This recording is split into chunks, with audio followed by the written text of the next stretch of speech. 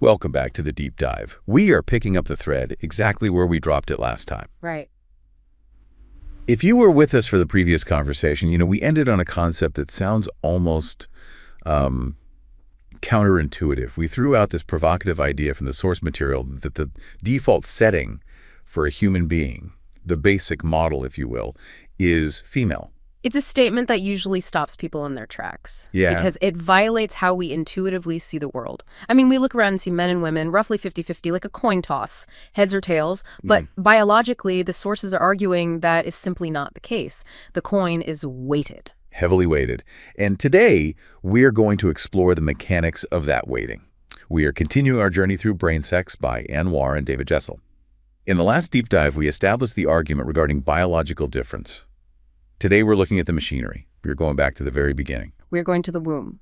Specifically, we are zooming in on a very narrow, high-stakes window of time weeks 6 and 7 after conception. This is the moment where the die is cast. So our mission today is to understand how a brain gets sexed. How does a bundle of cells decide or get forced to become a boy or a girl?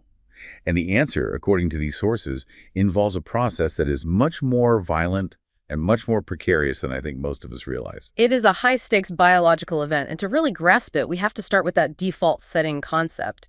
The source material is adamant about this. Nature, left to its own devices, intends to create a female. Okay, I want to push on that for a second. We tend to think that genetic moment, the sperm meets the egg, the X meets the Y, is the whole story. You get the XY, boom, you're a boy. But the source seems to imply that for the first month or so, those genes are just sitting. They are essentially silent passengers. That is the fascinating part. The genetic blueprint is their XX or XY, but it hasn't started construction yet. If you were to look at a fetus at 4 or 5 weeks old, physically and mentally, the embryo is neutral.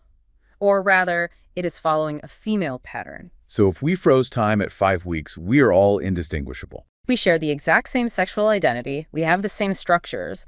The body and the brain haven't chosen a side yet.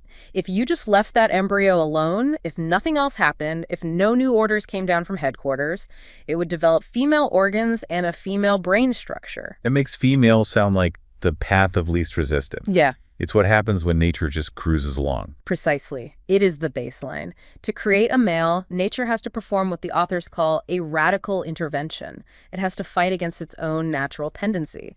Creating a male is biologically exhausting work. And that fight kicks off at week 6. Week 6 or 7, this is the turning point. If the fetus is genetically male, if it has that XY chromosome, a specific genetic switch is flipped. Special cells begin to develop that produce male hormones, specifically androgens like testosterone. And these hormones have a massive job to do. They basically have to hijack the construction site. That is a perfect way to visualize it. They have 2 main jobs. First, they tell the body, stop making female organs, start making male ones. But the second job is the one we care about for this deep dive. They have to attack the brain. Attack is a strong word. But it's accurate to the process described in the source. It isn't a gentle nudge. It is a hostile takeover. The source describes it as a colossal dose of hormones. To get a male brain, the fetus is exposed to levels of testosterone that are 4 times higher than what you'd find in a baby boy or even a young child. It is a massive chemical surge. So the brain is literally being marinated in testosterone. Marinated, saturated, washed. The authors call it a chemical bath. This testosterone goes into the developing brain and physically rewires it. It's destructive creation. It kills off certain cells in the communication centers, which we'll talk about in later deep dives, and it bulks up cells in the sex and aggression centers. It structurally changes the architecture from the female default to the male variation. And if that chemical bath doesn't happen, let's say the factory's on strike, then the brain remains female. Even if the body is male, even if the genes are XY, if that testosterone doesn't show up, or if the brain cells are insensitive to it and ignore the message, you get a female brain. That implies that being male is essentially a chemical modification of being female. Like you're taking the base model car and stripping it down to build a tank. Biologically speaking, yes. The male brain is a female brain that has been steeped in male hormones. And this isn't just theory or philosophy. Moore and Jessel spend a significant portion of the book discussing how we know this. Because obviously we can't look inside a living human fetus and watch the wiring change in real time. I assume this is where we have to talk about the rats. It is. Science always seems to come back to rats. It does, because their brain development is surprisingly analogous in these early stages. The source details what they call classic experiments that proved brain sexing is chemical, not just genetic. But hold on, are we talking about behavior here or actual physical differences? Because a rat acting male sounds a bit subjective. It's both, and the behavior is unmistakably distinct. So, experiment A. They took a genetic male rat. Now, normally a male rat is aggressive, it fights for territory, it mounts females, and it has zero interest in nest building or pups. But in this experiment, they castrated the rat at birth. Meaning they cut off the supply of that chemical bath right at the critical moment. Exactly. They removed the testosterone source, and the result wasn't just a less aggressive male. The rat grew up with a fully functional female brain. It wasn't aggressive. It didn't try to mate with females. In fact, if you put it in a cage with other males, it would adopt the female mating posture lordosis. It would even try to mother other rats. So without the hormone command, the XY genes were useless. The brain reverted to the factory settings female. Correct. And then they did experiment B, which was the reverse. They took a female rat fetus, genetically XX, and injected it with a massive dose of male hormones during that critical window. Creating the gladiator rat. Essentially. She became incredibly aggressive. She engaged in rough and tumble play, fighting with the males. She tried to mount other females. Her brain had been wired male, even though her genetics were female. But you mentioned physical differences too. Did they actually look at the brains? Yes, and this is crucial for the skeptics. It's not just attitude. They dissected the brains and looked at the hypothalamus. That's the command center for hormones and sexual behavior. Under the microscope, the nerve connections in the male rats, or these masculinized female rats, were visibly denser. The structure itself had changed. The hardware was different. The source mentions the chaffinch bird too, which I thought was fascinating because it involves a specific skill singing. The chaffinch is a great example of hardware versus software. In nature, only the male chaffinch sings. The female never sings. It's not that she doesn't want to, she can't. She lacks the neural circuitry.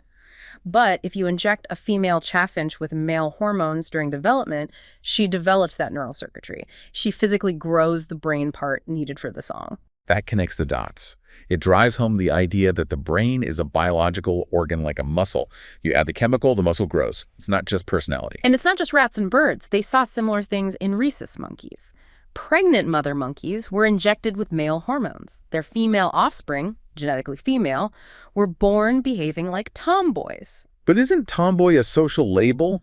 I mean, how do you see a tomboy monkey? You look at play patterns. These females engaged in rough play, they threatened peers, they tried to mount other monkeys. And the key here is that monkeys are social animals, but this behavior showed up too early to be learned from the group. It proves that what we might call tomboy behavior isn't just a social quirk or a result of having brothers. It's rooted in biological wiring that happened in the womb. Okay, so rats, birds, monkeys.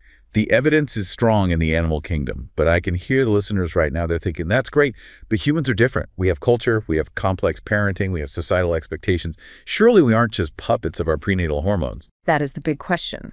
We can't ethically experiment on humans. We can't inject pregnant women with testosterone just to see if their daughters like trucks. I certainly hope not. But sadly, nature sometimes performs its own experiments. The book relies heavily on what they call accidents of nature, human anomalies where things went wrong in the room, which allows us to see the effects of these hormones in isolation. These are the case studies, and some of them are heartbreaking, but they are incredibly revealing. Let's look at Jane. Right. Jane was a normal genetic female, XX chromosomes. But while she was in the womb, there was a malfunction in her adrenal glands. It's a condition called adrenogenital syndrome. Essentially, her own body produced a huge amount of male-like hormones. So she got the chemical bath intended for a boy, even though she was genetically a girl. She did. And the physical result was confusion. She was born with ambiguous genitalia. Now, in the era this case was recorded, doctors corrected this surgically to look female. She was raised as a girl. Her parents did everything right by social standards, dolls, dresses, the whole 9 yards. But you can't surgically alter the brain. Exactly. Her brain had already been washed in male hormones, and her behavior showed it. She had intense, high-energy tomboy traits. She preferred boys' toys, boys' clothes. She was career-focused, very physically active, and totally indifferent to babies or dolls. The source also notes she was a late reader, which, as we'll see in later deep dives, is more typical of the male developmental timeline. That really challenges the nurture argument. All the social pressure was pushing her toward girl, But her biology was pushing back. It was a male brain pattern operating a female body. Then you have the flip side, Caroline. Caroline is a case of Turner's syndrome. This is where a girl is missing the second X chromosome. She is XO. Because of this, she lacks ovaries. And without ovaries. She produces absolutely no hormones. Now, this is a nuance we often miss. Even normal female fetuses get a tiny, tiny amount of testosterone from the mother. Caroline got none. Zero. So she is the ultimate example of that default setting we talked about, the uninterrupted female template. Exactly. And her behavior reflects that purity of the template. She's described as exaggeratedly female, ultra-maternal, obsessed with dolls and babies from a young age, very strong verbally. But, and this is the tell, she had very poor spatial skills. She couldn't read a map or navigate to save her life. Which, again, aligns with the male-female brain distinctions the book argues for. The spatial skills are usually linked to the male hormone exposure. Right. Caroline proves that the absence of male hormones cements that female template, highlighting strengths in verbal areas and weaknesses in spatial ones. But those examples, Jane and Caroline, you could arguably still debate the social factors. Maybe Jane just liked trucks. But there was one case study in the book that feels undeniable. The story of Juan and Juanita. The Dominican Republic case. This is famous in medical literature, and for good reason. It reads like science fiction. Set the scene for us. This isn't just one person. It was a genetic cluster in a specific village, right? Yes. You have a group of children who are genetically male, XY. But because of a rare genetic enzyme deficiency, their bodies couldn't process the hormone needed to form external male organs while in the womb. So the bodybuilding team didn't get the memo. Exactly. So they are born looking like girls. The doctors say it's a girl. The parents name them Juanita. They raise them as daughters. They wear dresses. They're treated as girls by the entire village for 12 years. But, and this is the crux of it, their brains did get the testosterone bath. Yes. The hormone that wires the brain is different from the one that forms the genitals in the specific condition. So they had male brains. And then puberty hits. Puberty is the second hormonal explosion. A massive surge of testosterone hits these girls. Their voices deepen, muscles grow, and shockingly, male organs that were internal actually descend and grow. Think about the human weight of that. Yeah. You spend 12 years being told you are a daughter, you play the role, and then biology wakes up. Juanita physically turns into Juan. It's a literal transformation. But the most incredible part, and the part that the source highlights, isn't the body, it's the mind. The source says that these children immediately and easily transition to living as men. Wait, they didn't have a massive identity crisis. They didn't feel like women trapped in men's bodies. No. And that is the smoking gun. They reported that they had felt male all along. They were rough and tumble kids. They never really fit the female role. When their bodies finally matched their brains, it wasn't a trauma, it was a relief. The source argues this proves that gender identity was fixed in the womb by that first chemical bath, regardless of 12 years of intense social conditioning. That is pretty definitive. If 12 years of nurture can be wiped out by a pre-wired brain, that really shifts the balance of the argument. It suggests that biology is the bedrock. You can build a house of social conditioning on top of it, but if the foundation is different, the house will eventually shift. This brings up a really complex question of timing. If the body can be one thing and the brain another, is it possible for different parts of the brain to be sexed differently? This is where we get into the most controversial territory covered in the book. The origins of sexual orientation. Moore and Jessel bring in the work of Dr. Gunter Derner to explain this. This is the construction schedule theory. Exactly. The brain doesn't develop all at once like a light switch flipping on. It's a construction project with stages. Donner argued that the brain centers develop in a specific sequence. First, the sex centers controlling physical biology. Then, the mating centers controlled by the hypothalamus. And finally, the gender role centers. So if the chemical bath runs out of steam halfway through. Precisely. Derner theorized that you could have a situation where the testosterone levels are high during week X, ensuring the physical body is male. But then, for some reason, the levels dip specifically during week Y when the mating center is being built. And then maybe go back up for the gender role center. Right. So you could physically develop as a male and have the gender identity of a male. You feel like a man. But the mating preference part of your brain didn't get the male wiring. It remains in the female default pattern. Which means it is attracted to males. That is the theory. It creates a specific mismatch. The mating center is female, while the rest of the chassis is male. Now, I have to play the skeptic here. This sounds very neat and tidy, But human sexuality is incredibly complex. Did he have any evidence to back up this idea that hormone interruptions cause this? He did, and it connects back to the stress response. We know biologically that stress produces cortisol, and cortisol can block testosterone. Derner looked at human history, specifically World War II. A time of massive chronic stress for pregnant women. Intense stress, bombings, loss of husbands, starvation, fear. He analyzed the data and found that significantly more homosexual men were born during the highly stressful war years compared to the peacetime years before and after. The implication being that the mother's stress hormones crossed the placenta and interfered with the testosterone bath. Specifically blocking the masculinization of the mating center. The takeaway here, and the book's argument, is that sexual orientation isn't a choice, and it's not purely social. It's a biological imprint caused by hormonal fluctuations before you were even born. It really reframes the whole conversation.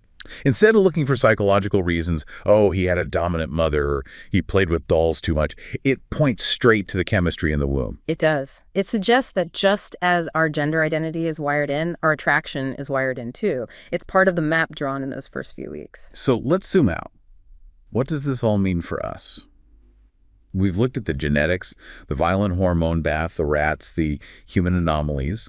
The picture that is emerging is that we are definitely not blank slates. We are absolutely not blank slates. That is the main takeaway. By the time we are born, our brains have already been marinated, as we said. They have been dipped in chemicals that predispose us to certain behaviors, certain aptitudes, and certain preferences. It feels like a lot of people might find that restrictive, like, oh, I'm just my biology. But looking at the source material, I almost feel a sense of liberation. It should be liberating. The authors argue that understanding this biological history helps us stop fighting our nature.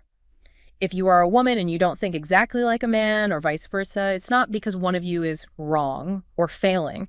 It's because you are running different operating systems. Different hardware, not just different software. Exactly. But knowing that the hardware is different is just step one. Now we need to look at the hardware itself. We know how it happened, the explosion in the womb, but what does the map look like? That is the next step. We need to look at the wiring itself, the connections. And that is exactly where we are going in episode 3. We're going to do a deep dive into brain geography. We're going to look at the left brain, the right brain, and the crucial bridge between them. And we'll answer the question. Why do men tend to compartmentalize everything while women seem to connect everything to everything else? The answer isn't in how they were raised, it's in the anatomy. I can't wait for that one. But before we go, I want to leave the listener with one final provocative thought from the source material. We touched on it briefly, but it's worth dwelling on. The authors say, the brain is a sex organ. It's a powerful image. We wouldn't expect a liver to do a kidney's job. We wouldn't expect a heart to digest food. They are specialized organs designed for specific tasks. So why do we expect male and female brains to function identically? It's a question that might make you uncomfortable, but after today's deep dive, it's one we probably need to stop avoiding. Thanks for listening. We'll see you in the next deep dive.